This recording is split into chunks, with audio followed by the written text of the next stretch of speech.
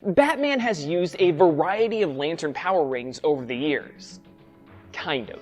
See, anytime that he gets one, he almost immediately takes it off, and DC will still use that opportunity to make toys based on these transformations, or use them for like alternate skins in video games, or other stuff like that. But regardless, these are still really cool, because it's Batman, probably the single most popular superhero of all time, and the lantern power rings, which are one of the coolest concepts in all of DC Comics. So today, I'm going to take a look at every instance I could find of Batman wielding any of these rings.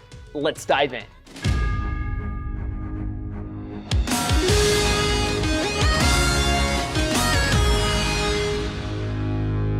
Let's start off with the most iconic, the Green Lantern power ring.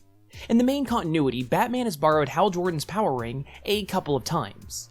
The first one was this one time when Hal lent Bruce his ring in an attempt to get Bruce over his greatest fear, the loss of his parents. After making constructs of them, Bruce admits that he is not ready to let them go just yet.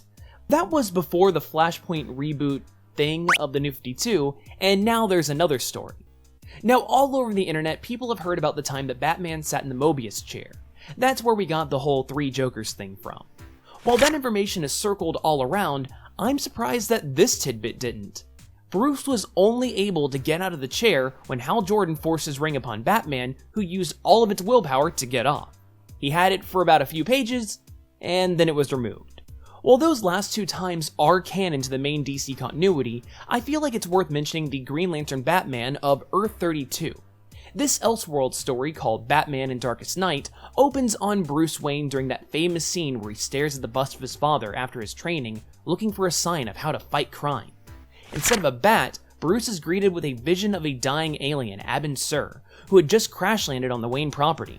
Upon finding him, Sur passes Bruce his Green Lantern power ring, allowing the billionaire to defend Earth, Gotham City, and Space Sector 2814 as the Green Lantern. Like Hal in the main continuity, Bruce became the best of the Green Lanterns, and was eventually tasked with taking on the rogue lantern Sinestro by the leaders of the Green Lantern Corps, the Guardians.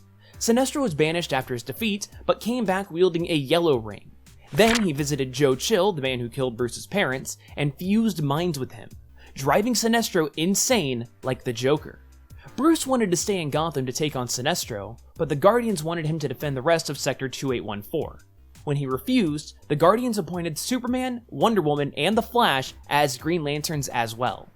While this universe doesn't exist anymore, the new Earth 32 does feature a Green Lantern Batman called Bat Lantern. Next up is the yellow ring of the Sinestro Corps. Obviously led by Sinestro, these rings are given to those that are able to instill fear, which obviously makes Batman a prime candidate. In fact, when building up their army for the Sinestro Corps War, Bruce Wayne was selected to be the best candidate in all of his space sector. However, remember how I mentioned earlier that Batman tried on Hal's ring pre-Flashpoint? Well, exposure to his Green Lantern power ring and his great amount of willpower combined overrid Bruce's ability to instill fear in others, and the ring itself rejected Batman and flew off to Abin Sur's son, Amon Sur. Now, let's take a look at the post-Flashpoint universe. It's revealed that Bruce has countermeasures to take out the entire Justice League if they turned evil, and to combat the Green Lanterns, Bruce had a Sinestro Corps ring in reserve. Apparently he got it after the Sinestro Corps attacked Earth, and it still had a slight charge left.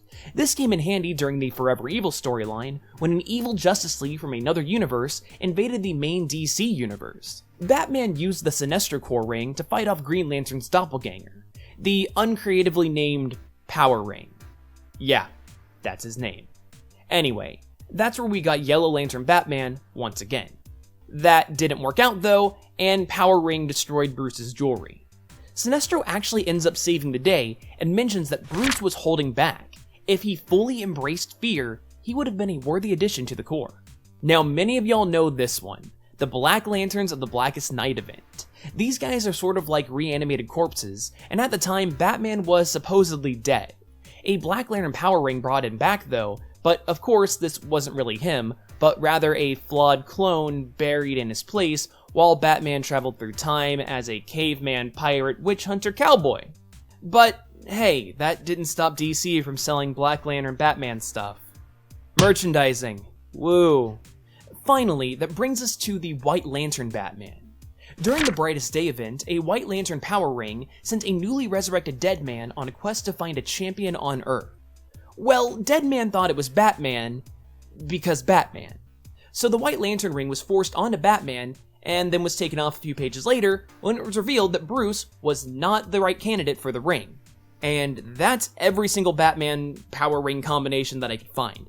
I'm really surprised that there hasn't been at least a red one yet. So, which Lantern Batman was your favorite? Let me know down there in the comments. Also, take any fictional character and assign them a power ring. I want to hear what you guys come up with, so again, down there in the comments. Also, if you enjoyed this video, then you might want to watch another one. I think they're pretty okay. You can look at my Patreon, social media, all that other stuff. It would really mean a lot, though, if you could share this video around with your friends or other videos with your friends.